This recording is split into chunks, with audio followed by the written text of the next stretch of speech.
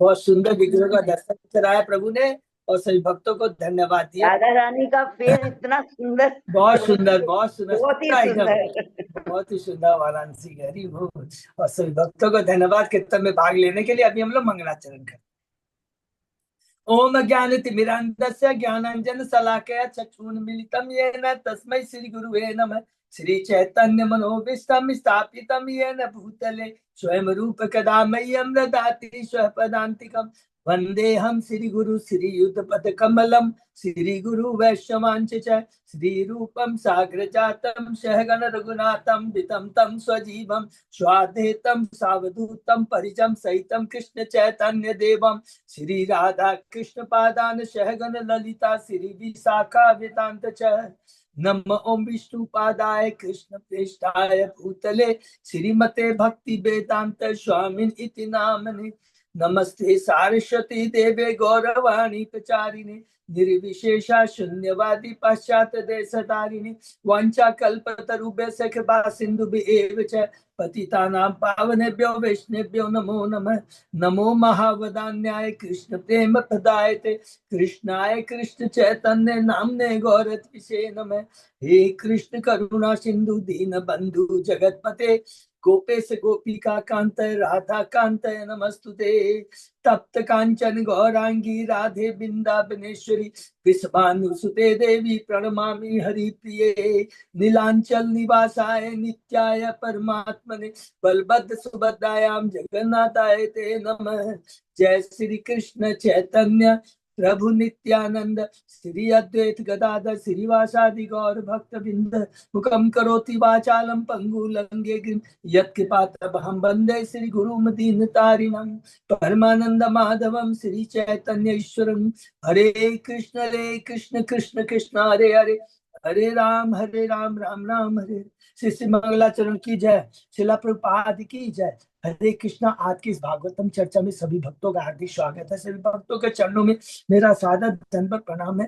राधा माधव राधा गोविंद परम वैष्णव परम गुरु परम आचार्य की असीम कृपा से हम सब लोग मिल करके श्री भागवतम के ऊपर चर्चा कर पा रहे हैं। कैंटो 10 के 23वें अध्याय में है ब्राह्मण पत्नियों को आशीर्वाद। ब्राह्मण पत्नियों के थ्रू उनके पतियों को, उनके स्वामी लोगों को भगवान का आशीर्वाद, ये दोनों हमको ऐड करना है। 10 शुरू होता है। भगवान एश्योरेंस देते हैं कि मैं स्वयं कृष्ण सारे अवतारों को और शक्तियों को लेकर अवतार लूंगा।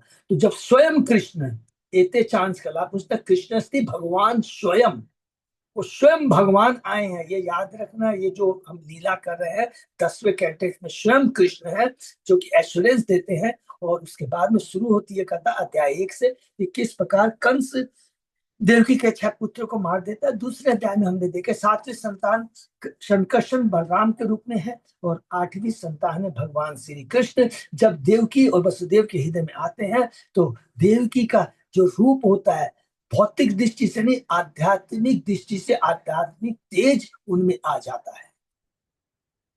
स्वयं देवता आकर के उनकी प्रदक्षिणा करते हैं और गर्भ स्तुति करते हैं। तीसरे अध्याय में भगवान श्री कृष्ण का प्राकट्य है। चतुर्भुज रूप में आते हैं। वसुदेव देव की प्रार्थना करते हैं, तो देव की प्रार्थना करती है आप अपने 2 भुजाओं के रूप में आइए। भगवान आते हैं और उसके बाद में वसुदेव उनको लेकर चले जाते हैं गोकुल के अंदर। तो यहाँ पर एक छोटा सा सब लोग याद रखेंगे क्योंकि अभी यहाँ रेफरेंस नहीं आया है। तो जीव गोस्वामी बताते हैं कि at a time Vasudev Devaki के कृष्ण हुए। और क्योंकि भगवान ने कहा है ना मैं सारे अवतारों को लेकर आऊंगा अंदर में, तो एक नहीं है बहुत सारे कृष्ण के अंदर में आए, तो ध्यान रखेंगे। और उसी समय गोकुल में यशोदा माँ के जुड़वा बच्चे होते हैं। एक कौन है? कृष्ण है और दूसरी है योग माया पुत्री के रूप में। तो जब वसुदेव लेके जाते हैं गोकुल में तो वसुदेव जो कृष्ण है वो यशोदा कृष्ण में मिल जाते हैं और वो जो पुत्री होती है उसको लेकर के आके देवकी के पास रख देते हैं। और ये जो वसुदेव कृष्ण जो मिल जाते हैं ये फिर से अलग हो जाएंगे जब भगवान वृंदावन को छोड़ के जाएंगे, लेकिन जो कृष्ण न यशोदा कृष्ण है वो कभी भी वृंदावन छोड़ के नहीं जानते जाते। इस तत्व को हमेशा याद रखिएगा, कोई कंफ्यूजन नहीं होना चाहिए। और यही जो वसुदेव कृष्ण है जो मथुरा में जाते हैं मार धार का काम करते हैं, ये कृष्ण जो बल शाश्वत कृष्ण जो वृंदावन कृष्ण है, यशोदा कृष्ण है, जिनके माँ बाप शाश्वत माता पिता है किसके, कृष्ण के। कौन है, नंद यशोदा, देव वसुदेव देव की। ये भगवान की कौन सी शक्ति है दोनों, ये भगवान की संधिनी शक्ति है। भगवान के माता पिता भगवान के जो अस्तित्व को बनाए कर रखते हैं संधिनी शक्ति है, और इन सबको धारण करते हैं इन संधिनी शक्ति को बलराम। तो ये याद रखना, चूंकि यहाँ पर रिफ्रेशमेंट तो कंफ्यूज। तो चौथे अध्याय में फिर हमने देखा कि जब कंस को पता लगता है कि आकाशवाणी के माध्यम से कि उसको मारने वाला संतान उत्पन्न हो चुका है, तो वो एक एक करके 10 दिनों में जितने भी पुत्र हुए थे, सॉरी बालक हुए थे, सबको मारना शुरू कर देता और ब्राह्मणों को सताना शुरू कर, साधु संस्कृति को नष्ट करना शुरू कर देता। 5वें अध्याय में हमने पढ़ा वसुदेव जी नंदोत्सव मनाते हैं, मथुरा जाते हैं, वासुदेव जी से मिलते हैं। वासुदेव जी कहते हैं तुरंत वापस जाओ, अब शकुन मुझे नजर आ रहे हैं, क्योंकि वो फोरदर्शी है, फोर साइट उनका बहुत तेज। तुरंत वापस जब आते हैं तो देखते हैं कि पहला ही धमाका क्या हुआ। 6वां अध्याय में देखा पुतना का वध, पुतना को भगवान ने सर्वोच्च सिद्धि माता की गति प्राप्त की। 7वें अध्याय में हमने पढ़ा भगवान केवल छोटे से 10-15 दिन के सटकासुर का और तीनावर्त का वध किया। 8वें अध्याय में भगवान का नामकरण होता है गर्ग मुनि के द्वारा और मट्टी बच्चन लीला करते हैं। 9वें अध्याय में दामोदर लीला हमने पढ़ा।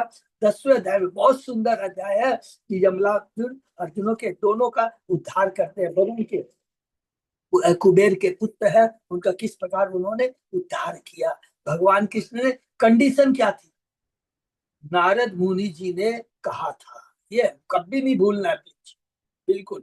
भगवान स्वयं कहते इस बात को, बिना शुद्ध भक्तों की कृपा के संग के भगवान नहीं मिलते हैं। ब्रह्मांड प्रविदे को भाग्यवान जिन गुरु कृष्ण प्रसादे पाए भक्ति लता बीज। साधु संग सर्व शास्त्र कहे, लव मात्र साधु संग सर्व सिद्धि हो। ये स्थापित करते हैं यहाँ पर इस अध्याय में भगवान कृष्ण स्वयं। 11वें अध्याय में नया पड़ा हुआ है, भगवान चले आते हैं गोकुल से वृंदावन और भगवान की बहुत बछड़े चलाने की सेवा मिलती है और बत्सासुर और बकासुर का यहाँ पर उनका उद्धार करते हैं। 12वें अध्याय में फिर आगे चलते हैं, पुतना सक्तासुर वत्सासुर अघासुर का करने के बाद सॉरी वृत्तासुर का कल्याण करने के बाद 12वें अध्याय में पढ़ा किसका कल्याण किया उन्होंने, अघासुर का कल्याण किया, उसे सारूप मुक्ति प्रदान की। और 13वें अध्याय में भगवान ने कृपा प्रदान की ब्रह्म विमोहन लीला के माध्यम से गोकुल की सारी गोपियों, वृद्ध गोपियां, अविवाहित गोपियां, गाय, सबका उन्होंने कृपा की। और वही चीज जो हम लोगों ने अभी पढ़ा, याद रखे कि जो कार्तनीय का व्रत करती है गोपियां, भगवान कभी भूलते नहीं है, तो नहीं तुम्हारी इच्छा मैं पूर्ति करूंगा। एक एक चीज को ध्यान देना भगवान का। 14वें अध्याय में लोगों ने पढ़ा कि भगवान ने ब्रह्मा जी ने किस प्रकार स्तुति की है। ब्रह्मा जी भगवान के बहुत बड़े परम भक्त है, क्योंकि उन्हीं को प्रथम ज्ञान भगवान ने दिया था। है भागवतम का पहले कैंटो के पहले श्लोक में कहते हैं। और उसके बाद में हम लोगों ने पढ़ा 15वें अध्याय में फिर भगवान ने किसका उद्धार किया, धेनुकासुर का। तो जिन जिन का उद्धार किया, कृष्ण ने किसका किया, बलराम ने किसका किया, तो थोड़ा सा याद रखेंगे तो बड़ा कॉन्फिडेंस रहेगा। और उसके बाद में 16वें अध्याय में एक और उद्धार किया, इसका कालिया का उद्धार किया। और उसमें हम लोगों ने पढ़ा जो नाग पत्नियों की जो प्रार्थना बहुत ही दिव्य है। और 17वें अध्याय में कालिया का इतिहास हमने पढ़ा कि वो किस कारण से उसने अपना रमणीक गुफा को, रमणक द्वीप को छोड़ करके यमुना नदी में आया था। और उसके बाद में लोगों ने पढ़ा 18वें अध्याय के अंदर में श्री भगवान बड़ा प्रलंबासुर का वध, ये कौन करते हैं, बलराम जी करते हैं। ठीक है। और उसके बाद में 19वें अध्याय में पढ़ा भगवान किस प्रकार अग्नि को, जो कि थक जाते हैं, प्रलंबासुर का जब वध हो जाता है थक जाते हैं, वो लोग वहीं पर सो जाते हैं, यमुना के तट पे सो जाते हैं। और वहां पर दावानल अग्नि होती है तो भगवान उसका पान करते हैं, और 20वां अध्याय बहुत इंपॉर्टेंट है। वृंदावन में वर्षा तथा शरद ऋतु, वृंदावन में वर्षा ऋतु और शरद ऋतु का वर्णन करते करते उपमा है, इसमें 100% उपमा है और एक एक हमें ज्ञान प्रदान किया है। जो भौतिक चीजें हम प्राप्त करते हैं, इच्छा करते हैं, वो क्या है, नदियों के समान है। वो थोड़ा सा जल मिल जाता है बरसात में तो अपने को इतराने लगते हैं, और जैसे ही सूखा आ जाता तो सूख जाते हैं, रोने लगते हैं। यही हमारे जीवन है। थोड़ा सा सुख आता है तो हम इतराने लगते हैं, दुख आता है तो रोने लगता है। ये तो आना जाना रहता है। लेकिन भगवान की जो भक्ति है सागर के समान है, न तो कभी उछलता है, सागर कभी भी अपने तट को कभी भी क्रॉस नहीं करता, बड़ा शांत रहता है, सदैव जल से भरा रहता है, भक्ति से भरा रहता है, कभी विचलित नहीं होता है। वो सागर के समान भक्तों की भक्ति होती है। और जो निंदक होते हैं, भौतिकतावाद है, उनकी जो भोग होता है, जो इच्छाएं होती है, वो क्या है, नदी, सूखे छोटे छोटे झरने, नाले की तरह होती है। 21वें अध्याय में गोपियां द्वारा श्री कृष्ण के बेनुभूत की सराहना, और ये बेनी भगवान का इतना दिव्य है कि इससे भगवान सबको उत्साहित करते हैं। गोपियों को, पक्षियों को, गायों को, नदियों को, ये पूरा लिखा है कि किस प्रकार वो तुष्ट रहती है, क्योंकि भगवान के धाम में कोई भी जीव निर्जीव नहीं है, सजीव है। 22वें अध्याय में हम लोगों ने पढ़ा कृष्ण द्वारा अविवाहित गोपियों का चीरहरण। इसमें हमने पढ़ा है कि किस प्रकार गोपियां व्रत करती है। तो व्रत करती है, कात्यायनी माता का व्रत करती है, किस उद्देश्य से, भौतिक इच्छा से नहीं, कृष्ण को प्राप्त करने के, पति के रूप में प्राप्त करने के लिए। और इसलिए भगवान, हम लोगों ने कल पढ़ा, अंत में कहते हैं कि हे साध्वी लड़कियों, मैं इस तपस्या के पीछे तुम्हारी असली संकल्प को जानता हूं, वो है मेरी पूजा करना। तुम्हारी इस अभिलाषा का मैं अनुमोदन करता हूं, और अवश्य सत्य होगा। जो लोग अपना मन मुझ पर टिका देते हैं, उनकी इच्छा उन्हें इंद्रिय तृप्ति की ओर नहीं ले जाती। ताकत नहीं है जिसने मेरी भक्ति की है। इंद्रिया को बस में करना बहुत दुष्कर है। गीता के 6वें अध्याय में भगवान कहते हैं, मन को बस में करना वायु को बस में करने के समान दुष्कर है। वायु को बस में कर सकते हैं, लेकिन मन को बस में नहीं कर सकते हैं। इसलिए कहते हैं, लेकिन जिसकी इंद्रिया मेरे में लगी रहती है, गारंटी है इनकी, उसकी इंद्रिया और कहीं भी नहीं जाएगी। हे गोपियों, अतः तुम लोग ब्रिज लौट जाओ। बहुत सुंदर अंत में है, तुम्हारी इच्छा पूरी हो गई है, क्योंकि तुम आने वाली रातें मेरे साथ बिता सकोगी रास लीला। देवी कात्यायन की पूजा करने के पीछे तुम्हारे व्रत का तो यही उद्देश्य था। देवी की कृपा प्राप्त करना, वो तुम्हें मिल चुकी है। इस प्रकार लास्ट में सुखदेव गोस्वामी जी कहते हैं कि भगवान से कुछ समय के बाद एक बार फिर वृंदावन में वृक्षों के बीच विचरण करते हुए श्री कृष्ण बलराम के साथ में गोवे चराते हुए यमुना नदी के पहुंच जाते हैं, और वहां पर ग्वाल बाल भूख से पीड़ित होकर के कृष्ण और बलराम से कहते हैं। अब क्या कहते हैं, हम लोग 23वें अध्याय में प्रवेश करते हैं। सुखदेव गोस्वामी जी अपने ग्वाल बालों की प्रार्थना सुखदेव जी बताते हैं कि कृष्ण बलवान अपने ग्वाल बालों की प्रार्थना सुनकर कहते हैं, हे मित्रों, तुम यहाँ पर कुछ दूरी पर कुछ ब्राह्मण स्वर्ग जाने की इच्छा से, देखिए एक एक शब्द लिखा कितना, स्वर्ग भौतिक इच्छा क्या है, स्वर्ग जाने की इच्छा से अंगरिश यज्ञ कर रहे हैं, उनसे जाकर तुम भोजन मांगो। और ग्वाल बाल जब जाते हैं तो क्या बात कहते हैं, बहुत रिपीट करते हैं, हम आपका यहाँ आए हैं, कोई भौतिक इच्छा नहीं, हम आपका कल्याण चाहते हैं, आप हमारा आगमन स्वीकार करें। श्री कृष्ण बलराम निकट में ही अपने गोये चरा रहे हैं, वे भूखे हैं और चाहते हैं कि आप उन्हें कुछ भोजन दें। यदि आपकी श्रद्धा है तो उनके लिए कुछ भोजन दे दीजिए। देखिए मौका है, कितनी बड़ी भगवान की, हर समय भगवान, हर जन्म में सेवा करने का, गुरु का, आचार्यों का, भगवान की सेवा करने का हमें मौका मिलता है। हमको चौकन्ना रहना है। और कभी ये माया जिसके परी, अरे आज तो मेरे एक काम में बिजी हूँ, अरे आज तो मेरे को यहाँ जाना है, वहां झटका देते हैं भगवान। लेकिन जिसकी बुद्धि कृष्णमय, तुरंत बोलेगा सब कुछ गया चंदू में, मैं ये काम पहले करूंगा। गुरु आचार्य मंदिर में फेस्टिवल की सेवा कब मिलती है। ये ब्राह्मण विस्तृत कर्म कांड में लगे थे एवं क्षुद्र भौतिक भावनाओं की पूर्ति से, यद्यपि वे अपने को, देखिए यहाँ पर लिखते हैं सुखदेव गोस्वामी जी, यद्यपि वे अपने को वैदिक ज्ञान में अपने को बड़े महान समझते थे, किंतु वास्तव में मूर्ख थे। उन्होंने ग्वाल बाली की बातों को अनसुनी कर दी। वे ब्राह्मण नहीं समझ पाए कि श्री कृष्ण परम ब्रह्म भगवान है, जिन्हें भौतिकता के कष्ट इंद्रिय अनुभव नहीं कर सकते। अपने मर्त शरीर से अपनी झूठी पहचान करने से मोहित उन ब्राह्मणों ने भगवान के प्रति उचित सम्मान प्रदर्शित नहीं किया। हरि बोल। प्रभुपाद जी आप तात्पर्य में बहुत अच्छी बात कहते हैं। जिस प्रकार गुलाबी रंग का चश्मा लगाने से सारा संसार गुलाबी दिखाई पड़ता है, उसी तरह बद्धजीव अपनी संसारी दृष्टि से, भौतिक दृष्टि से ईश्वर को भी संसारी रूप में देखता है, और इस तरह भगवत धाम जाने का शुभ अवसर अपने हाथ से निकल जाने देता है। तो यहाँ पर ये बहुत बड़ा सुंदर है एक एक अध्याय के अंदर में कि भगवान कितने कृपालु है। हर वक्त हमें मौका देते हैं। गुरु आचार्य आते हैं, अच्छा 4 दिन रहेंगे, सीडीसी में मैसेज आता है, जिसको कृपा चाहिए जो भी है फर्स्ट कम फर्स्ट बेसिस तो उसको सेवा मिलेगी, ये अनाउंसमेंट होता है। तो अब हम लोग ये पढ़ के तुरंत याद आ गया कि नहीं, पहले से हम लोग को तैयार रहना है। जहां मौका मिलेगा हमको वेन्यू अपने आप भगवान व्यवस्था कर देंगे, चिंता की दरकार नहीं। तुरंत सबसे पहले हमारा बटन पुश होना चाहिए, हम अपने जगन्नाथ धाम में कराएंगे। ठीक है ना। तो ये सब शिक्षा हमें मिलती है, और इसके आगे क्या सुखदेव गोस्वामी जी कहते हैं हम लोग चर्चा करेंगे। ओम नमो भगवते वासुदेवाय।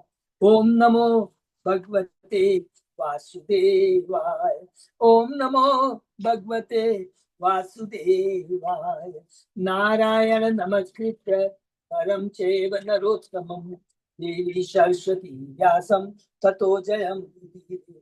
नष्प्रायेषु अभद्रेषु नित्यं भागवत सेवया भगवती उत्तम श्लोके भक्ति भवति नैष्ठ की। कृष्णाय वासुदेवाय देवकी नंदनाय च नंद गोप कुमाराय गोविंदाय नमो नमः। आराधयो भगवान भजेश तनय ततनाम वृंदावनम रमया काचित उपासना व्रजवधूवर्येण्य कल्पिता। श्रीमद्भागवतम प्रमाणम अमलम प्रेमापमर्तो महान। श्री चैतन्य महाप्रभो मतमिदं तत् आदरो न पर। हरे कृष्ण कृष्ण कृष्ण हरे हरे, हरे राम राम राम हरे हरे। कैंटो 10 अध्याय 23 श्लोक नंबर 12 की 13 प्रभु।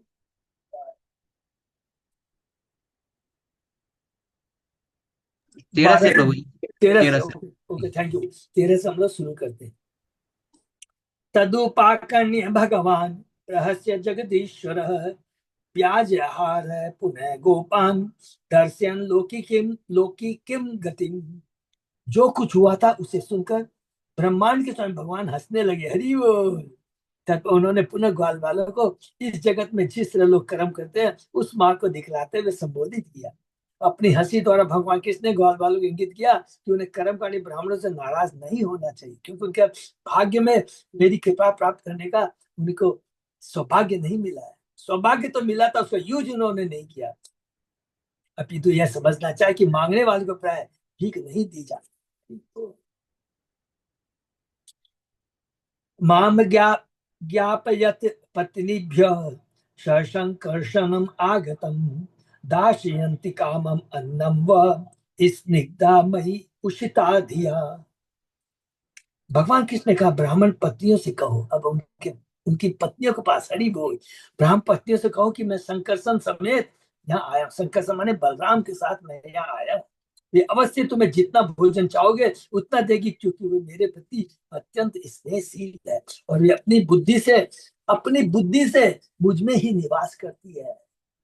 यद्यपि ब्राह्मण पत्नियां शरीर से अपने घर में रहती थी, किंतु उनके मन भगवान कृष्ण में निवास करते थे। हरि बोल। इसलिए कहते हैं बुद्धि से सदैव अपने चिंतन, बुद्धि माने अपने चिंतन में सदैव मेरे को रखती है। हरि, क्योंकि वे उन्हें उत्कट स्नेह, क्योंकि वे मुझसे उत्कट स्नेह रखती है। श्री विश्वाचार्य बताते हैं कि भगवान कृष्ण ने ग्वाल बालों को ब्राह्मण पत्र यह बताने के लिए नहीं कहा कि वे क्रुद्ध है, क्योंकि वे जानते थे कि इन भक्त स्त्रियों को इससे कलेश पहुंचता।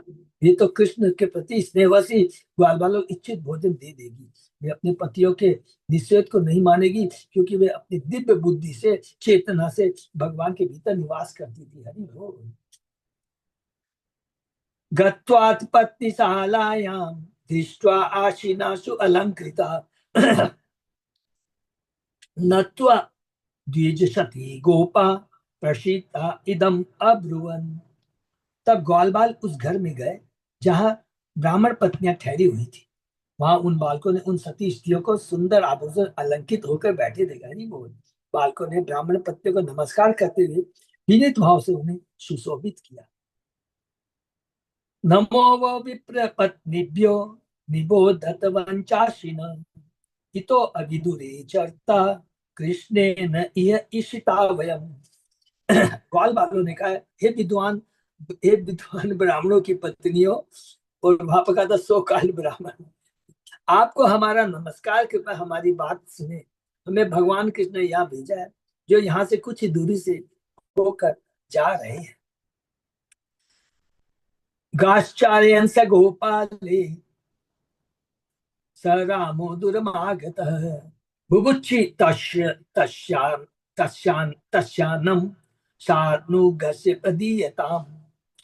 वे ग्वाल बाल तल्ला बलराम के साथ गोवे चराते हुए बहुत दूर निकल आए हैं। अब वे भूखे हैं, अतः आप उन्हें तथा उनके साथियों के लिए कुछ भोजन दे दे। हरि बोल। सुत्वा अच्युतम उपायातम नित्यम तत् दर्शनो उत्सुका तत्कथा आच्छित मनसो बभूव जात संभ्रमा। ब्राह्मण पत्नियों कृष्ण का दर्शन करने के लिए सदैव उत्सुक रहती थी, क्योंकि उनके मन भगवान की कथाओं से मुग्ध हो चुके थे। अतः जो ही उन्होंने सुना कि कृष्ण आए हैं, वे अत्यंत उतावली होती। हरि बोल। भगवान का दर्शन। हरि बोल।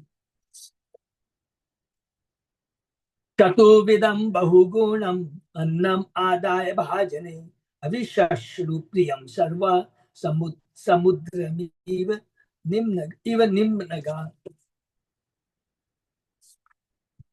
बड़े बड़े पात्रों में उत्तम स्वाद तथा सुगंध से पूर्ण चारों प्रकार का भोजन लेकर सारी स्त्रियां अपने प्रीतम से मिलने उसी तरह आगे बढ़ी, जिस तरह नदियां समुद्र की तरफ बहती। हरि बोल। ये होना चाहिए आकर्षण, ये होनी चाहिए भगवान से मिलने की उत्कंठा। हरि बोल।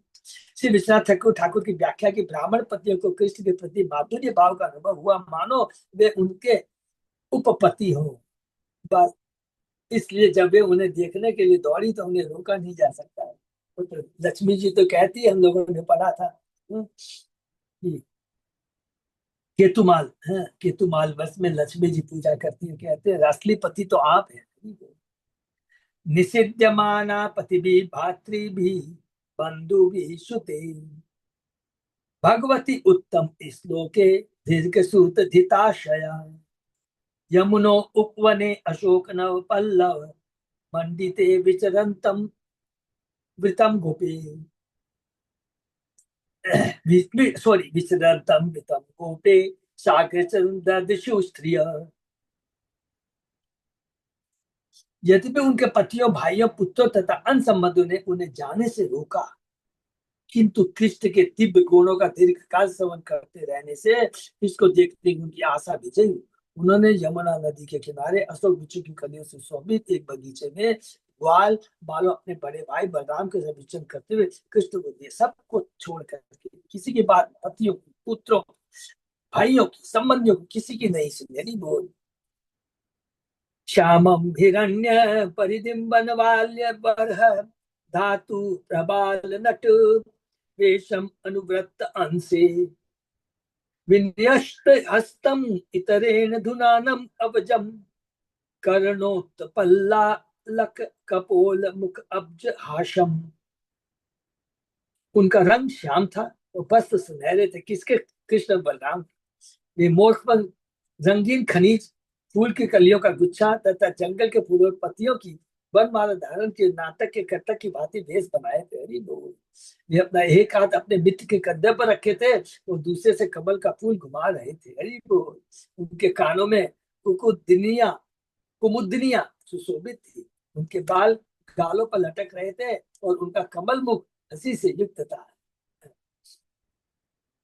प्राय सुतः प्रियतम उदयो कर्णपूरे यस्मिन् निमग्न मनस तम अथाक्षि तंद्रे अंत प्रवेश्य सुचिरं परिप्यतापम प्राज्ञं व्यथा अभिमतय विजहु नरेंद्र।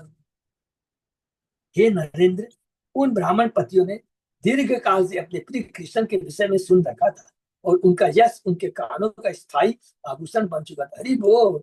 और उनका यश उनके कानों का स्थायी आभूषण बन चुका था, क्योंकि सदैव कान को सुनना चाहिए। किसका? भगवान के लिए। वो स्थान बन गया था, कान रूपी कुंड स्थान बन चुका था, केवल भगवान के नाम गुण लीलाओं का श्रवण। उनके मन सदैव उन्हीं में लीन रहते थे। तब उन्होंने अपने नेतृत्व के चित्तों से होकर अपने अपने हृदय में प्रवेश कर लिया और फिर दीर्घ काल अपने हृदय के विरुद्ध उनका आलिंगन करती रही। वो इस अनंत अंततः उनकी योग पीड़ा उसी प्रकार जाती रही जिस प्रकार के मुनिगण अपने अंत का आलिंगन करने से मिथ्या अहंकार की चिंता त्याग देते हैं और भगवान का चिंतन करते हैं। तात तास तथा त्यक्त सर्वाशा प्राप्त आत्मदिदीक्षया विज्ञायाखिल दृष्टा प्राह प्रहितानन। समस्त प्राणियों के विचारों के साक्षी भगवान कृष्ण, समस्त प्राणियों के विचारों के साक्षी भगवान कृष्ण, जो कि परमात्मा के रूप में हमारे सारे कार्यों के, हमारे चिंतन का साक्षी है। यह समझ गए कि किस तरह अपनी सारी सांसारिक आशाओं का परित्याग करके ये स्त्रियां केवल उन्हें देखनी आई, अतः अपने मुख पर हंसी लाते हुए उनसे उन्होंने इस प्रकार कहा, भगवान शु आगतम वो महाभागा हरि बोल आश्यताम करवाम किम यत्तन्नो दिदीक्षया प्राप्ता उपपन्नम इदम ही वह। भगवान कृष्ण ने कहा, हे परम भाग्यशाली महिलाओं, कितना बड़ी बात कह रहे कृष्ण। वो अपने को फ्लैटरिंग नहीं कर रहे, तुम लोग कितनी भाग्यशाली हो, स्वागत है, कृपया आराम से बैठे, मैं आपके लिए क्या कर सकता हूँ, आप मुझे देखने के लिए आई है, ये बहुत ही उपयुक्त है। हरि बोल।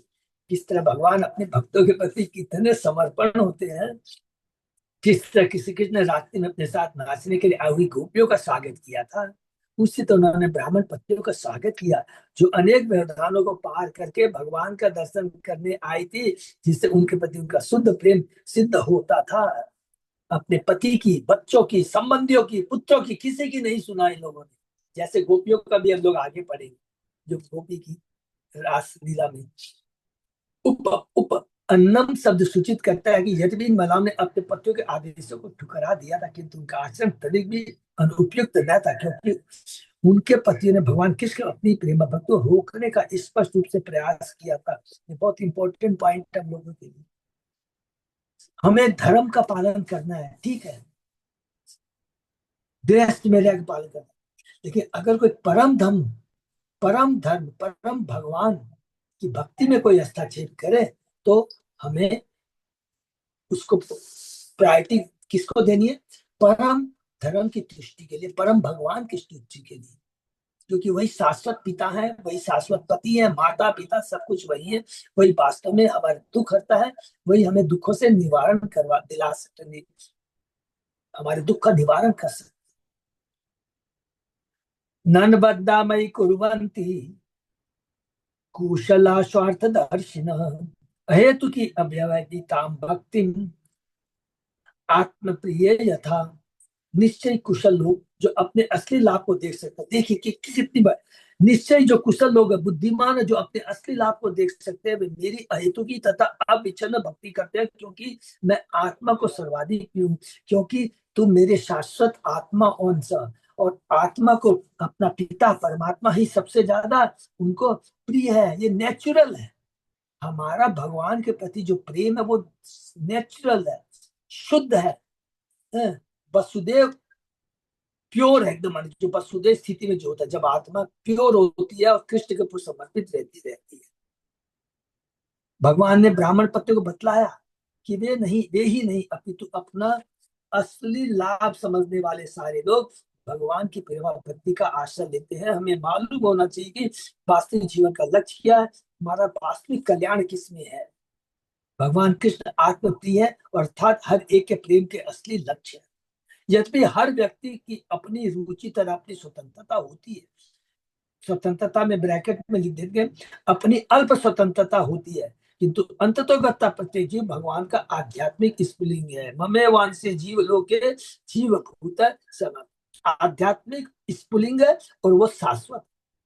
इसका हर एक का आदि प्रेम आकर्षण वैधानिक रूप से भगवान श्री कृष्ण के निमित्त है। वो स्वाभाविक है, प्रेम स्वाभाविक है, लेकिन जब हम भौतिक जगत में आते हैं, 3 गुणों के प्रभाव के चलते वो हमारा जो वास्तविक प्रेम धीरे धीरे ढक जाता है और हम भौतिक चीजों के प्रति आसक्त हो जाते हैं। भगवान की प्रेमा भक्ति अहेतु की तथा अव्यवहिता अर्थात मनोधर्म, सकाम इच्छाओं अथवा समय एवं परिस्थिति किसी प्रकार की बाधा से रहित होना चाहिए। सर्वे पुंसाम परो धर्म यतो भक्ति अद्वैत अहेतु की अपिता यह आत्मा सुप्रसिद्ध थी। सुखदेव गोस्वामी कहते हैं नैमिष शरण के पहले अध्याय के पहले कैंटो के दूसरे अध्याय के अंदर, बहुत सुंदर है ये आत्मा सुप्रसिद्ध थी। प्राण बुद्धि मन स्वात्म दारापत्य धना धनादय यत संपर्कात प्रिया आसन ततः कोनु अपरः प्रिय। आत्मा के संपर्क से जीव का प्राण, बुद्धि, मन, मित्रगण, शरीर, पत्नी, संतान, संपत्ति इत्यादि उसे प्रिय लगते हैं। अतः अपने आप से बढ़कर कौन सी वस्तु अधिक प्रिय हो सकती है? वास्तविक कृष्ण ही सब कुछ है। इस श्लोक का यत संपर्कात शब्द आत्मा तथा अंततः परमात्मा के संपर्क का द्योतक है, बहुत इंपॉर्टेंट है। परमात्मा ही प्रत्येक जीव का मूल है। कृष्ण भावनामृत उत्पन्न करने से मनुष्य स्वतः स्वरूप सिद्ध हो जाता है और उसकी प्राण शक्ति, बुद्धि, मन, स्वजन, शरीर, परिवार तथा सभी कृष्ण भावनामृत के प्रभाव से वृद्धि को प्राप्त होते हैं। ऐसा इसलिए होता है क्योंकि कृष्ण भावनामृत आत्मा का परमात्मा से अर्थात शुद्ध चेतना का परम चेतना कृष्ण सर्वोकृष्ट संगम है, शाश्वत संबंध है, शाश्वत अंश है और शाश्वत प्रेम है। जीवन स्वरूप है कृष्ण नित्य दास और वो प्रेम स्वाभाविक है, इसमें कोई भी डाउट नहीं है। यत्तात देव जन्जन्मं पतयो वो द्विजातयः स्वशत्रं पारयिष्यन्ति युष्माभिगृहमेधिनः। अतः तुम लोग यज्ञ स्थल को लौट जाओ, क्योंकि तुम्हारे पति जो कि विद्वान ब्राह्मण है, गृहस्थ है और उन्हें अपने यज्ञ संपन्न करने के लिए तुम्हारे सहयोग की आवश्यकता है। लेकिन पत्नियां क्या बोलती है? श्री पत्नी वाच है, मोर देन एक है, इसलिए पत्नी वाच है। मेवं विभोहरति भवान गति तुम निसन्नम निशंशम सत्यम कुरुष्व निगमं तव पादमूलम् प्राप्ता वयं तुलसीदाम पदा अवशिष्टम कैशे निगोढुम् अतिलंघ्य समस्त बंधु। ब्राह्मण पति उत्तर है, हे विभो आप ऐसे कटु वचन न कहें। हरि बोल। आपको चाहिए कि आप अपने उस वचन को पूरा करें कि आप अपने भक्तों को सदैव प्रतिदान करते हैं। हरि बोल। क्योंकि अब हम आपके चरणों को प्राप्त अर्थात इतना ही चाहते हैं कि हम वन में ही रहती जाए, जिससे हम तुलसी दल की उन मालाओं को अपने सिरों पर धारण कर सके, जिन्हें आप उपेक्षा पूर्वक अपने चरण कमलों से ठुकरा देते हैं। हम अपने सारे भौतिक संबंध त्यागने को तैयार है। तो यहाँ पर रूपा जी ने तुलना की है, सबको याद है ना, गोपियों से। गोपियों का बहुत बड़ी बात है, ये साधारण पत्नियां नहीं है। यहाँ पर ब्राह्मण पत्नियां कुछ वैसा ही कर रहे हैं जैसा कि गोपियां रास नृत्य के आरंभ में तब कहती। देखिए यहाँ पर कृष्ण ने क्लियर कह दिया प्रभुपाद जी ने। अभी हम लोग बहुत ही जल्दी पढ़ने जा रहे हैं 29वें अध्याय के अंदर में रास नृत्य। जब कृष्ण उन्हें घर जाने के लिए कहते हैं, इसी श्लोक की तरह गोपियों का भी कथन है, नेमम विभो अर्ति भगवान तुम नृशंसम शब्दों से प्रारंभ होता है। निगम वैदिक वाग्यम का बोधक है, जिसमें कहा गया कि जो भगवान के चरण ग्रहण करता है वह इस भौतिक जगत में फिर नहीं आता। ही वो इस तरह ब्राह्मण पतियों ने भगवान से याचना की कि चूंकि वे सब उनकी शरण में आई हैं, अतः उन्हें यह शोभा नहीं देता कि वे उन्हें उनके भौतिक पतियों के पास वापस जाने का आदेश दे। कर्म कांडी स्वर्ग जाने की इच्छा जैसे भौतिक लिखकर भौतिक पतियों के पास वापस जाने का आदेश दे। श्री विश्वनाथ जी ठाकुर के अनुसार श्री कृष्ण ने उन ब्राह्मण पत्नियों से इंगित किया होगा, तुम लोग उच्च ब्राह्मण कुल की सदस्याएं हो, फिर तुम इस ग्वाल बाल के चरणों में किस तरह शरण पा सकती हो। भगवान अद्भुत करना बड़ा व्यंग कसते हैं, बहुत अच्छी परीक्षा लेते हैं भगवान। लेकिन गोपियों के सामने इस तरह की शुद्ध ब्राह्मण पति के सामने भगवान सरेंडर हो जाते हैं। इस पर उन महिलाओं ने उत्तर दिया होगा, चूंकि हम पहले से ही आपके चरणों की शरणागत है और आपकी सेविका बनना चाहती है, अतः हम अपने को तथा के ब्राह्मण कुल की सदस्यों के रूप में मिथ्या पहचान नहीं समझ रही। तथा कथित ब्राह्मण कुल की सदस्यों के रूप में मिथ्या पहचान नहीं समझ रही। बहुत इंपॉर्टेंट वर्ड लिखा है कि तथा कथित ब्राह्मण। वास्तविक ब्राह्मण क्या होता है? वो जो कृष्ण को समर्पित होता है। अगर किसी भक्त के संग हमारा संबंध स्थापित कि हमको बड़ा आनंद आता है, किसी भक्त होता है, लेकिन कहती नहीं सो कॉल्ड ब्राह्मण। उन ग्वाल बालों ने भी प्रभुपाद ने 2 जगह लिखा है दे आर सो कॉल्ड, नाम के ब्राह्मण है। अरे ब्राह्मण का तो कर्तव्य है ज्ञान प्राप्त करके लोगों को भगवान से जोड़ना, खुद भगवान से जोड़ना, भगवान से लोगों को जोड़ना, ये वास्तविक ब्राह्मण। और वो ही वास्तव में वैष्णव होते हैं। उनको ब्राह्मण क्या वैष्णव बोलना चाहिए। वास्तव वैष्णव का कर्तव्य यही है। मिथ्या पहचान नहीं सही। आप हमारे वचनों से आसानी से इसकी पुष्टि कर सकते हैं। तब भगवान कृष्ण ने उत्तर दिया होगा, मैं तो गोपाल हूँ और मेरी असली सेविका तो गोपियां है। इस पर ब्राह्मण पति ने उत्तर दिया होगा, है तो रहने दे। यदि आप अपने संबंधियों के समझ ब्राह्मण महिलाओं को दासी बनाते हुए घबरा रहे हो तो उन्हें बाहर आने दीजिए। हरि बोल। हम आपको उलझन में नहीं डालना चाहते। हम आपके गांव नहीं जाएंगे, अपितु वृंदावन में जंगल के अधिष्ठाता देवों की तरह रहती जाएंगे। हरि बोल। हम तो आपसे किंचित संबंध स्थापित करके अपना जीवन सफल बनाना चाहती है, आपको कोई इंटरफेयर नहीं करना चाहती। इस तरह श्री विश्वनाथ ठाकुर की दिव्य दृष्टि से, इस दिव्य दृष्टि से आचार्य है, हम यह समझ पाते हैं कि ब्राह्मण अपने दूर रहने और कृष्ण के चरण कमलों पर गिरी हुई अथवा आलिंगन करते उनकी प्रेमिकाओं के पांव तले रौंदी गई तुलसी की पत्तियों को ग्रहण करने के लिए राजी हुए। उन्होंने इन तुलसी दलों को अपने सिरों पर धारण करना स्वीकार किया, क्योंकि वो भगवान के चरणों में अर्पित की गई है तुलसी। इस तरह उन्होंने कृष्ण की अंतरंग शकिया या सेविका बनने की इच्छा, जिसका पूरा होना वे कठिन समझती थी, त्याग कर वृंदावन के जंगल में रहने जाने की याचना की। यदि तब कृष्ण उनसे पूछते तुम्हारे परिवार वाले क्या कहेंगे, तो वे उत्तर देती, हमने तो अपने तथाकथित, देखिए इतना एक वर्ड को ध्यान रखिए, तथाकथित संबंधियों की पहले ही परवाह नहीं की, क्योंकि हम आपका साक्षात दत्त। जब भी तथाकथित ये वर्ड आता है, जब भी भगवान से तथाकथित मीन वास्तविक संबंधी, वास्तविक पिता, सब कुछ भगवान ही है। बाकी तथाकथित का मतलब ये सब टेम्परेरी है। इनसे जो संबंध है केवल इसी जीवन का संबंध है, शाश्वत संबंध तो केवल आपसे है।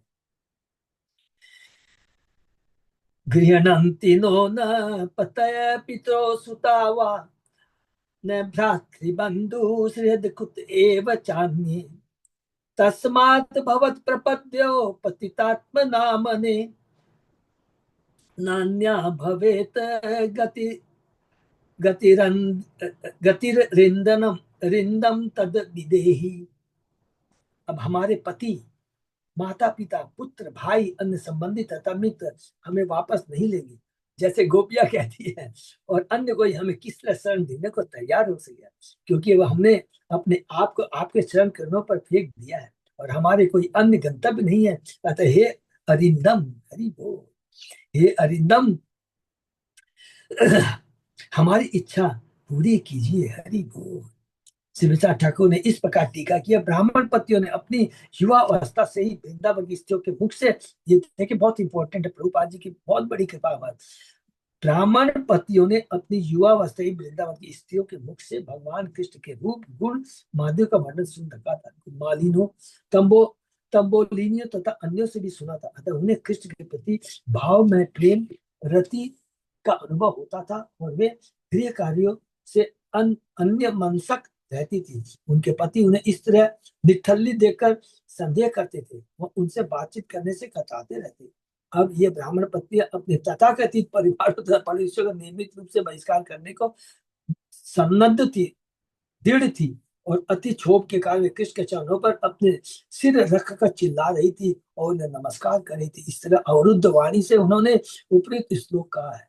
उन्होंने कृष्ण से प्रार्थना की कि वे उन्हें आशीर्वाद दे, कि वे उन्हें एकमात्र गंतव्य, वे ही उनके एकमात्र गंतव्य हो, और अरिंदम होने के कारण उनके शत्रुओं का, उन तमाम बाधाओं का दमन कर दे जो कृष्ण को प्राप्त करने में बाधक, दुष्टों का दमन करने वाले। ब्राह्मण पत्नी एकमात्र कृष्ण की सेवा करना चाहती थी, और भगवान के भाव पर प्रेम में यही शुद्ध कृष्णा भावना थी। बहुत सुंदर है ब्राह्मण पतियों की प्रार्थना, है? अब भगवान कहते हैं, श्री भगवान वाच है, पतयो नाभ्य सूयेरन पितृभातृ सुतादय लोकाश्च वो मयोपेता देवापि अनुमन्वते। भगवान ने उत्तर दिया, तुम यह विश्वास करो कि मैं तो तुम्हारे पतिगण तुम लोग के प्रति शत्रु भाव रखेंगे। देखिए कितना बड़ी भगवान का एक्सीलेंस है। प्लीज इसको बहुत, कि भगवान का जो एक्सीलेंस होता है कितना उत्तम उच्च कोटि का, और निर्भय प्रदान करने वाला है, कि तुम लोग निश्चिंत रहो, तुम्हारे पतिगण तुम लोग के प्रति शत्रुभाव रखेंगे नहीं, तुम्हारे पिता, भाई, पुत्र, अन्य संबंधी या आम जनता। मैं स्वयं उन्हें सारी स्थिति समझा दूंगा, यहाँ तक कि देवतागण भी अपना अनुमोदन व्यक्त करेंगे। अरे समझा के देंगे, सर्वस्व हृदय सन्निविष्टो मत स्मृति ज्ञानम पवनम च। मैं ही अपनी, मेरे से ज्ञान अपोहन सब कुछ आता है, उनकी चेतना में परिवर्तन ला दूंगा। भगवान को कुछ करने की दरकार नहीं। न प्रीते अनुरागाय ही अंग संगो नृणाम ही तन मनोमयी युंजाना अचिरात माम अवाप्स्यत। तुम सबों का मेरे शारीरिक सानिध्य में रहना निश्चय इस जगत के लोगों को अच्छा नहीं लगेगा। नहीं, इस प्रकार से तुम मेरे पत्नी प्रति अपने प्रेम को ही बढ़ा सको। तुम्हें चाहिए कि तुम अपने मनों को मुझ पर स्थित करो, और इस तरह शीघ्र तुम मुझे पा सकोगे। कहीं भी तुम रहो, चिंता नहीं है, तुम्हारे मन सुधा खाली मेरे ऊपर रह रहे। कहीं भी हम रहे, किसी स्थान, देश, परिस्थिति में रहे, खाली तुम्हारे मन मेरे पर स्थिर रहना चाहिए, और शीघ्र ही तुम मुझे पा सकोगे। भगवान ने संकेत किया कि सामान्य लोग नहीं चाहेंगे कि ग्वाल बाल के रूप में श्री कृष्ण तथा भगवान ब्राह्मण जाति की स्त्रियों के बीच ऐसा प्रेमाचार हो। साथ ही वियोग में ब्राह्मण पति की भक्ति प्रेम में काफी वृद्धि हो जाएगी। इसको प्लीज, और जितना विरह में रहोगे उतनी हमारी भक्ति और प्रेम की वृद्धि होगी। हरि बोल। दूसरे शब्दों में, यदि वे अपने मनों को कृष्ण में स्थित रहने दे तो बहुत अच्छा रहेगा, क्योंकि यह विधि जिसको भी अभी तक अपनाए चली आ रही है, आजीवन चलती रहेगी। सदैव मेरा चिंतन करती रहो। भगवान इसलिए कहते हैं, विरह में भगवान की भक्ति और ज्यादा प्रगाढ़ होती है। जिस प्रकार एक पत्नी अपने पति को रोज देखती है, लेकिन जब पति विदेश चला जाता है तो वो हमेशा उसका चिंतन करती रहती है, उसकी फोटो को देखती है, उसका चिंतन करती रहती है। तो वो जो चिंतन रहता है वो क्लोजनेस ज्यादा होती है। भगवान तथा उनका प्रामाणिक प्रतिनिधि आध्यात्मिक गुरु भगवान के भक्तों को पटुता से विविध प्रकार की सेवा में लगाते हैं, जिससे वे शीघ्र ही उनके चरण कमलों में वापस लौट सके।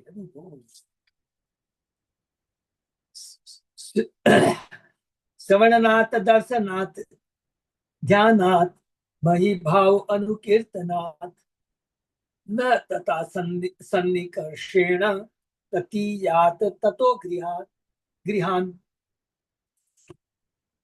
मेरे विषय में सुनने, मेरे सहज स्वरूप का दर्शन करने, मेरा ध्यान धरने, मेरे नामों और महिमाओं का कीर्तन करने से ही मेरे प्रति प्रेम बढ़ता है, भौतिक सानिध्य से नहीं। ये देखिए, इससे बड़ा तत्व क्या बता रहे, इतना अंदर की मन दिव्य बातें भगवान कह रहे हैं। अतः तुम लोग अपने घरों को लौट जाओ, केवल मेरे ही नाम गुण रूप लीलाओं का श्रवण कीर्तन स्मरण चिंतन करते रहो। यही वास्तविक भक्ति की विधि है। बहुत सुंदर है। श्री शुकवाच है, इत्युक्त्वा द्विज पतनहता यज्ञवाटम पुनः गतः ते चानसूयवताभि स्त्री सत्यम अपारयन। श्री सुखदेव गोस्वामी ने कहा, इस तरह आज्ञा पाकर ब्राह्मण पत्नियां यज्ञ स्थल पर लौट आई। ब्राह्मणों ने अपनी पत्नियों में कोई दोष नहीं निकाला और उन्होंने उनके साथ साथ यज्ञ पूरा किया है। ये सब भगवान की कृपा है। ब्राह्मण पत्नियों भगवान कृष्ण के आदेश का पालन किया और अपने पतियों के यज्ञ स्थल को लौट गई। लेकिन गोपियां कृष्ण द्वारा आदेश से जाने पर भी उनके साथ पूनम की रात में नृत्य करने के लिए वन में रहती रही। गोपियां तो ब्रह्मपत्नियां दोनों ने ही शुद्ध भगवत प्रेम प्राप्त किया। हरि बोल। कंपेयर नहीं करना है वो बस। तत्ते का विधृता भर्ता भगवंतम यथाश्रुतम हिदो उपगुह्य विजहो देहम कर्म अनुबंधनम। उनमें से एक महिला को उसके पति ने जबरदस्ती रोक रखा था। जब उसने अन्यों के मुख से भगवान कृष्ण का वर्णन बहुत इंपॉर्टेंट है, वर्णन सुना तो उसने अपने हृदय के भीतर उनका आलिंगन किया। ये बहुत पावरफुल है। और अपना वह भौतिक से त्याग दिया जो भवबंधन का कारण है। तात्पर्य, यहाँ पर वही महिला कृष्ण के प्रति विशेष रूप से समर्पित थी। उसने अपना भौतिक शरीर त्यागते ही आध्यात्मिक से प्राप्त किया और यज्ञ स्थल छोड़कर भगवान से जा मिली। हरि बोल। ये बहुत इंपॉर्टेंट श्लोक है, भक्ति के शब्द। भगवान अपि गोविंद तेने अन्य गोपकान चतुर्विधेनास हित्वा हित्वा स्वयं च बुभुजे प्रभु। भगवान गोविंद ने ग्वाल बालों को वह 4 प्रकार का भोजन करवाया। तत्पश्चात सर्वशक्ति भगवान ने भी उन व्यंजनों को खाया जो यज्ञ पत्नियां लेके आई थी। एवं लीला नरवपु नृलोकम अनुशीलयन रेमे गोप गोपी नाम रम्यन रूपवाक कृति। इस तरह अपनी लीलाएं संपन्न करने के लिए मनुष्य रूप में प्रकट होकर भगवान ने मानव समाज की रीतियों का अनुकरण किया। हरि बोल। उन्होंने अपनी गौ ग्वाल मित्र गोपियों को अपने सौंदर्य वाणी तथा कर्मों से प्रसन्न करते हुए आनंद मिला। हर जगह भगवान क्या है, अद्भुत कर्मणा है। भगवान का लक्ष्य क्या है, किस प्रकार ब्राह्मण पतियों का उद्धार करना था। भगवान कभी भूलते नहीं है। अथानुस्मृत्य विपाते अन्य अन्वतप्यन कृताग्रशः यत् विश्वेश्वरयो यांजम अहन्नम निविडम्बयो। तब ब्राह्मणों को चेत हुआ और वे बहुत अधिक पछताने लगे।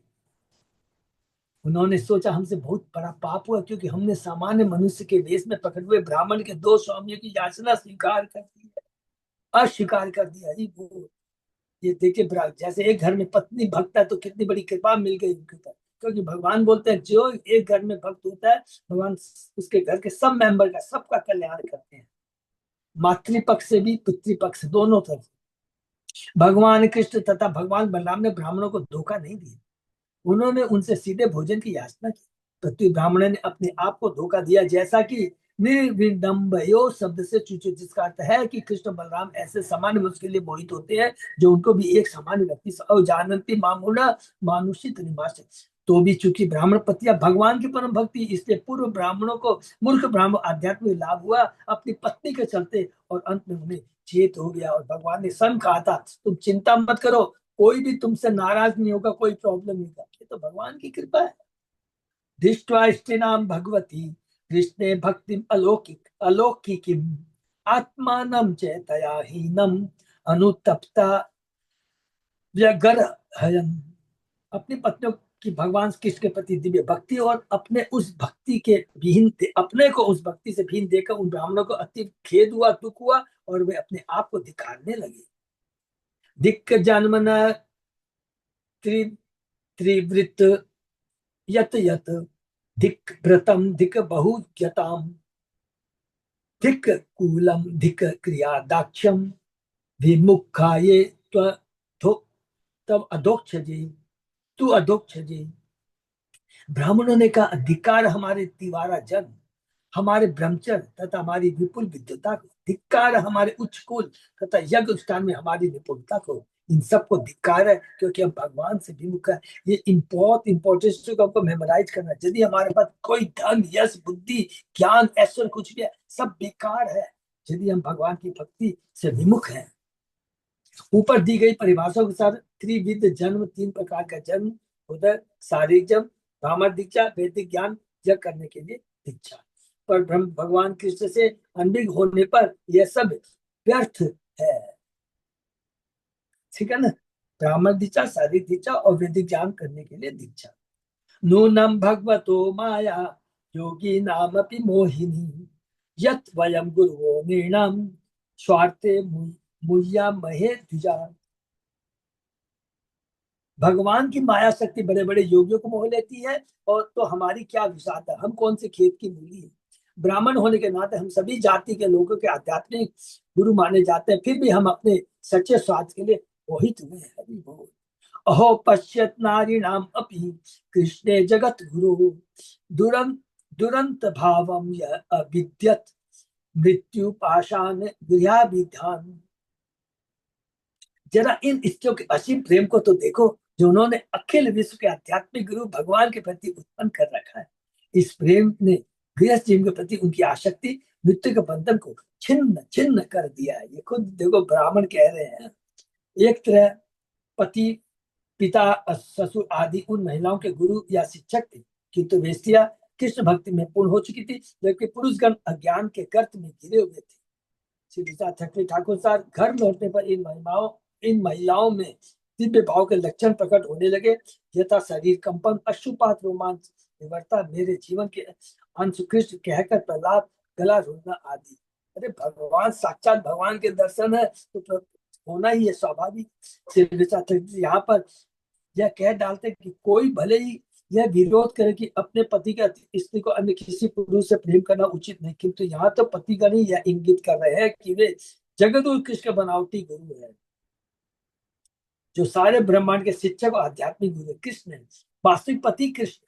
पतियों ने देखा कि उनकी पत्नियों में कृष्ण के प्रति दिव्य अनुराग के कारण घर, पत्नी, संतान आदि के लिए रंच भर की अनुरक्ति नहीं है, इसलिए उसी दिन से उन पतियों ने उन स्त्रियों को अपना आध्यात्मिक पूज्य गुरु मान लिया और उन्हें पत्नियों के संपत्ति के रूप में मानना बंद कर दिया। हरि बोल।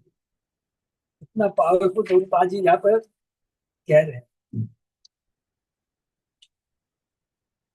नाशाम द्विजाति संस्कार न निवासो गुरो अपि न तपो नात्म मीमांसा न सोचम न क्रिया शुभा तथा अपि ही उत्तम श्लोके कृष्ण योगेश्वर ईश्वरे भक्ति दृढ़ा न चास्माकम संस्कारादि मताम अपि।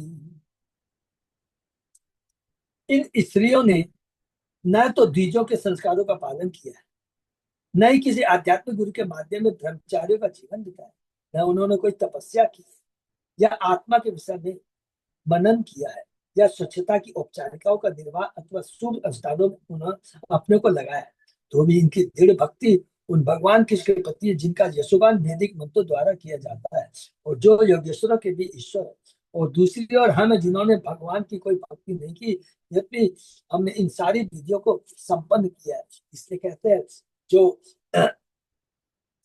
भूमि द्विज श्रेष्ठा वर्णाश्रम विभाग से स्वस्तितस्य धर्म से संसिद्धि हरितोषणम। ये भागवत का ये सारे जितने भी ब्रह्मचर्य का, वानप्रस्थ का जो जो नियम बनाए गए हैं, उनका अल्टीमेट लक्ष्य उद्देश्य भगवान की तुष्टि करना है। श्रीधर गोस्वामी के अनुसार पत्नियों को इसका ज्ञान नहीं था कि उनकी पत्नियां कभी कभी वृंदावन वासियों से यथापूर्व बेचने वाली माधुरी के मुख से कृष्ण के सौंदर्य तथा गुणों के विषय में सुनती रहती थी। किससे सुनती थी? खाली ऐसे बोलने से नहीं हो के प्रामाणिक गुरु है। ये जो गोपियां है भगवान के साक्षात भक्त है, परम भक्त है, यही परम गुरु है, उन्हीं के मुख से इन्होंने सुना था। ये ब्राह्मण अपनी पत्नियों की कृष्ण भक्ति को देखकर चकित है। उन्हें इसका पता ही नहीं था कि यह भक्ति भगवान के शुद्ध भक्तों की संगति में, क्योंकि यह शुद्ध भक्तों की संगति में भगवान के वजह समर कीर्तन करने का फल है। कितना एक इंपॉर्टेंट है। तो यहाँ इस श्लोक में बताता है कि हमें शुद्ध भक्तों का संग बहुत जरूरी है। अगर कुछ भी श्रवण करना है, योग्यता नहीं देखती है, केवल शुद्ध भक्तों का संग करना है, उनसे ही सुनो। ननु स्वार्थ विमूढ़ा नाम प्रमता नाम गृह हया अहो न स्मारयामाश गोप वाक्य शताम गति। निसंदेह हम लोग गृह कार्यों में व्यस्त होने के कारण अपने जीवन के असली लक्ष्य से पूरी तरह विपत हो गए हैं। किंतु अब जरा देखो तो भगवान ने किस इन सरल ग्वाल बालों के शब्दों से हमें समस्त सच्चे ब्रह्मवादियों के चरम गति का स्मरण दिलाया है। हरि हो। ग्वाल बाल माने भगवान और जितने ग्वाल बाल है। अन्यथा पूर्ण कामस्य केवल्यादि आशीषाम पते इसी तब्ये किम अस्माभि ईशस्य एतत् विडंबनम। अन्यथा पूर्ण काम, मोक्ष तथा दिव्य आशीर्वादों के स्वामी परम नियंता हमारे साथ यह विडंबना क्यों करते? हम तो शरीर उन्हीं के नियंत्रण में रहने के लिए ही है। यह कि वास्तविक जीवन का लक्ष्य क्या है? भगवान के संदास के रूप में रहे। यद्यपि कृष्ण पर ब्रह्म है, किंतु उन्होंने विनीत भाव से अपने ग्वाल मित्रों को ब्राह्मणों से भोजन मांगने भेजा। ऐसा करके उन्होंने ब्राह्मणों के अहम भाव की पोल खोली तथा उनकी पत्नियों का आश्रित करके उन्हें अपनी शरण में लेकर अपने दिव्य सौंदर्य के यश की स्थापना की। हरे कृष्ण प्रभु। हरे कृष्णा। अच्युत अजय दास प्रभु। प्रभु जी, एक क्वेश्चन है, इस अन्न भिक्षा स्तुति में जो भगवान श्री कृष्ण गोपी जी ने सखा लोग को भेजा था ब्राह्मण का पास से खाना दो, खाना लेके आओ, तो हाँ। ब्राह्मण लोग तो घुमा दिया, खाना दिया नहीं। बाद हाँ। में फिर भेजा है, ये माता जी के लोग को जाके पूछो, हाँ। माता जी लोग को बोला है तो तुरंत दौड़ दौड़ दौड़ दौड़ के पूरा खाना सारा लेके आ गया था। हाँ। तो ब्राह्मण लोग तो वो लोग को, औरत लोग को बहुत चिल्लामिल्ली किया, लेकिन इधर शुद्ध भक्त कौन होगा? माताजी हो ना ब्राह्मण लोग होगा? हरे कृष्ण प्रभु। शुद्ध भक्त तो माता जी प्रभु। हरे कृष्ण। हाँ बस। माता जी, हाँ प्रभु, नेचुरली माता। हरे हरे कृष्ण। हरे हरे कृष्ण। कृष्ण। हरि बोल। अच्युत अजय दास प्रभु। प्रभु जी कर लेते, 2-3 श्लोक ही है, हाँ हो वो ये जाएगा। बहुत अच्छा पावरफुल है, तो प्लीज सब लोग हाँ, क्षमा कीजिएगा, बहुत अच्छा है, कंटिन्यू है। 5 मिनट ये लगेगा मैक्सिमम, कर लेते करेगा, हैं। 5 मिनट लगेगा, इसको हम लोग करते हैं। हित्वान्याम भजते यम श्रीपाद स्पर्श आशया सकृत स्वात्म दोष अपवर्गेण तत्यांचा जनमोहिनी। लक्ष्मी जी उनके चरण को स्पर्श पाने की आशा से सब कुछ एक ओर रखकर तथा गर्व और चंचलता त्याग कर एकमात्र उन्हीं की पूजा करती है। हरि बोल। ऐसे भगवान यदि याचना करते हैं तो यह अवश्य ही सबों को चकित करने वाली बात है। लक्ष्मी जी के परम स्वामी को स्वयं भोजन की याचना नहीं करनी पड़ती, जहाँ लक्ष्मी जी। हरि बोल। जैसे कि यहाँ पर ब्राह्मणों ने संकेत किया, जो अंततः वास्तविक बुद्धि पकड़े, भगवान तो भाव के भूखे होते हैं। अरे परीक्षित महाराज को भूख थोड़ी लगी थी, भगवान तो उनसे भागवतम की उत्पत्ति करवाना चाहते थे। भगवान तो आत्मा राम है, उनको कोई भूख नहीं है, वो तो प्रेम के भूखे है, प्रेम की भूख है। देश काल पृथक द्रव्यम मंत्र तंत्र ऋतुवज अन्न गया देवता यजमान च कृतु धर्म त्यजतमय स एव भगवान साक्षात विष्णु योगेश्वर ईश्वर यदुषु इति आश्रमण ही अपि मूढ़ान विद्महे। यज्ञ के सारे पक्ष, शुभ स्थान तथा समय, साज सामग्री की विविध वस्तुएं, वैदिक मंत्र अनुष्ठान, पुरोहित तथा यज्ञ की अग्नियां, देवता, यज्ञ अधिष्ठाता, यज्ञ हवि तथा प्राप्त होने वाले सुफल, ये सभी उन्हीं के ऐश्वर्य की अभिव्यक्तियां है। सब कुछ कृष्ण के लिए उसी की अभिव्यक्ति। हरि बोल। यद्यपि हमने योगेश्वर के ईश्वर भगवान विष्णु के विषय में यह सुन रखा था कि उन्होंने यदुवंश में जन्म ले लिया, किंतु हम इतने मूर्ख थे, श्री कृष्ण को साक्षात भगवान नहीं समझ पाए। ये उनके माध्यम से हम लोगों को भगवान शिक्षा दे रहे हैं। यहाँ पर देखिए, बहुत बड़ा इंपॉर्टेंट, हमको शिक्षा दे रहे हैं कि हमें जानना सब कुछ कृष्ण का है, कृष्ण के निबंध में सब कुछ कृष्ण के लिए। तस्मे नमो भगवते कृष्णाय अकुंठ भेदशे यत माया मोहित धियो भ्रमाम कर्म वर्तमसु। हम उन भगवान श्री कृष्ण को नमस्कार करते हैं जिनकी बुद्धि कभी भी मोहग्रस्त नहीं होती, और हम है कि माया शक्ति द्वारा मोहित होकर सकाम करके मार्गों पर भटक रहे। बहुत इंपॉर्टेंट श्लोक है। हम सबसे बड़ी बात, हम सोचते हैं हम जो कर रहे हैं अच्छा कर रहे हैं, अरे भगवान क्या बोलते हैं, मेरे पिता शाश्वत क्या बोलते हैं। माया इतनी प्रबल है, अच्छे अच्छे को भ्रमित कर देती है। और हम लोग जितना भी पढ़ते आ रहे हैं, तो सबसे बड़ा हम लोगों ने देखा है, सबसे ज्यादा उज्जवल एग्जाम्पल है ब्रह्मा का एग्जाम्पल, जो स्वयं भगवान के प्रथम जीव है, पुत्र है, वो भ्रमित हो जाते हैं। तो हम कौन सी खेत की मूली है। सवेन आद्य पुरुष स्वयं आयाम होइत आत्मनाम अभिज्ञात अनुभावानाम क्षंतुम अर्हति अतिक्रमम। हम भगवान कृष्ण की माया शक्ति से मोहग्रस्त थे, अतः हम यदि हम आदि भगवान के रूप में उनके प्रभाव को नहीं समझ सके। अब हमें आशा की वे हमारे अपराध को क्षमा कर दे, बस इतना ही काफी है। अपने गलती को हटा के भगवान की भक्ति में लगे। इति स्वागम अनुस्मृत्य कृष्णे ते कृत हेलना क्षवो व्यजमथ कंसाद भीता न चाचलम। इस प्रकार कृष्ण की उपेक्षा करने से उनके द्वारा जो अपराध हुआ था उसका स्मरण करते हुए उनका दर्शन करने के लिए परम उत्सुक हो उठे, किंतु कंस से भयभीत होने के कारण उन्हें ब्रज जाने का साहस नहीं हुआ। भगवान कृष्ण के विरुद्ध अपने अपराध का अनुभव करते हुए और अंततोगत्वा उन्हें सर्वशक्ति पद की स्थापना प्रसन्नता करते ब्राह्मण ने ब्रज जाकर भगवान को उनकी संग ग्रहण करनी चाहिए, किंतु उन्हें भय था कि जब कंस के गुप्तचर उन्हें जानकर यह बताएंगे कि वो ब्राह्मण कृष्ण के पास गए थे, तो वो उन्हें अवश्य मार डालेगा। ब्राह्मण पत्नी कृष्ण भागवती अतः वे किन प्रकार कृष्ण के पास चली गई थी, जिस तरह गोपियां कृष्ण के साथ नृत्य करने के लिए अर्धरात्रि में जंगली पशु के भरे जंगल में गई, किंतु ये ब्राह्मण कृष्ण में उच्च पद को प्राप्त नहीं थे, अतः कंस के भय से पराजित होकर भगवान का दर्शन करने नहीं जा सके। बहुत इंपॉर्टेंट, हरि बोल। जो कृष्ण भक्ति में देखे कंपैरिजन यहाँ पर प्रभुपाद जी ने बहुत क्लियर कर दिया। अभी जो प्रभु ने प्रश्न किया था कि जो गोपियां उनकी जो भक्ति है वो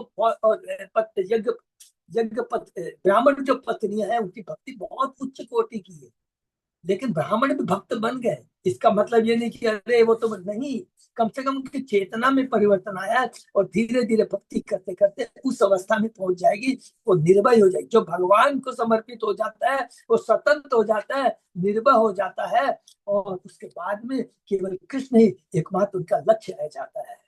जो गोपियां हैं, ब्राह्मण पत्नियां हैं, तो कम से कम देखिए सबसे इंपॉर्टेंट चीज यहाँ पर हम लोग ने जो पाया, ब्राह्मण पत्नियों की शुद्ध भक्ति और भगवान के नाम गुण लीलाओं का श्रवण कीर्तन स्मरण जो भगवान ने स्वयं कहा, और तीसरा शुद्ध भक्तों का संग बहुत जरूरी है।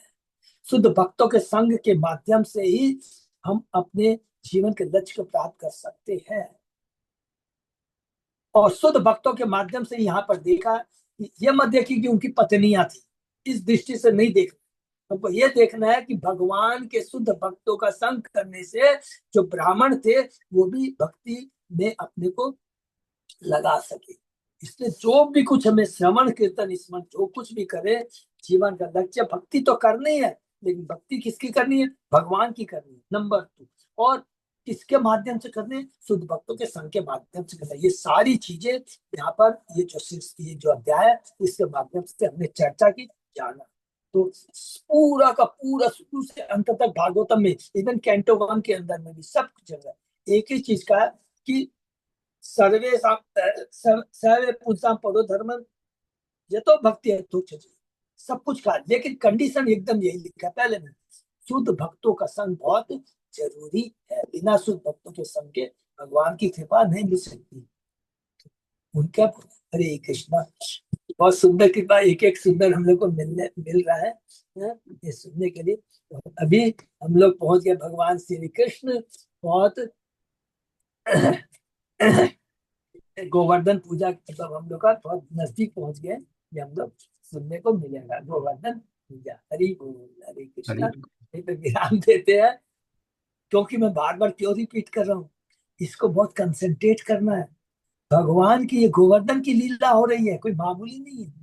फिर से नोट कर लेंगे, भगवान गोवर्धन में केवल 10-11 साल है, उसके बाद मथुरा चले जाएंगे, 18 साल मथुरा में रहेंगे, 18 और 10 28 या 29 जो भी समझ लीजिए 125 और बाकी 96 97 ईयर द्वारका में रहेंगे। उसके बाद में हम लोग सारी लीलाएं सुनेंगे, कुरुक्षेत्र का युद्ध, भगवान कैसे जाते थे, सब द्वारका से ही जाते थे, करते थे। लेकिन ये जो उत्तम जो भगवान की पूरी लीलाएं, वज्र की लीलाएं, गोकुल वृंदावन, इसमें हम लोग अभी हैं, ऑलरेडी है। इसको बहुत अच्छे से लेना है और अपने जीवन को धन्य बनाना है। सोचिए केवल 11 साल है भगवान, लेकिन चैप्टर कितने हैं? 40 चैप्टर है, 38 या 39 चैप्टर है। 11 साल है, आउट ऑफ 90 चैप्टर्स है। ये कैंटो 10 में 90 चैप्टर है, 90 में से 37 38 चैप्टर तो इसी के ऊपर है, ब्रज लीला के ऊपर है। 50%, ऑलमोस्ट 50% केवल 11 साल पर। तो ये बहुत दिव्य है, महान है। ठीक है ना? हरे कृष्ण। दंडवत प्रणाम प्रभु जी। धन्यवाद, धन्यवाद, प्रणाम, बहुत बहुत धन्यवाद सबको। अच्युत अजय दास प्रभु। हाँ प्रभु जी। बस और तो कोई अनाउंसमेंट है नहीं, हमारा खाली लॉन्ग टूर का है? तो हाँ हरे कृष्ण, ये पे विराम देते हैं। अच्छा सही प्रभु, बात। खाली वो 7 तारीख का है, ये थोड़ा सा अच्छा वो याद आ गया। मध्य पूर्णिमा है, तो सब लोग थोड़ा देख लीजिएगा। तो मेरे पास भी मंदिर से मृत्युंजय प्रभु का फोन आया था, जो भी इच्छा हो तो भागवतम स्पॉन्सर कर सकते हैं या अपने लिए ले सकते हैं। हरे कृष्ण। 5 दिन 3 4 दिन रह गए हाथ में। हरे कृष्ण। सही बात, बहुत बहुत धन्यवाद। आज विराम देते हैं। विकल्प 7।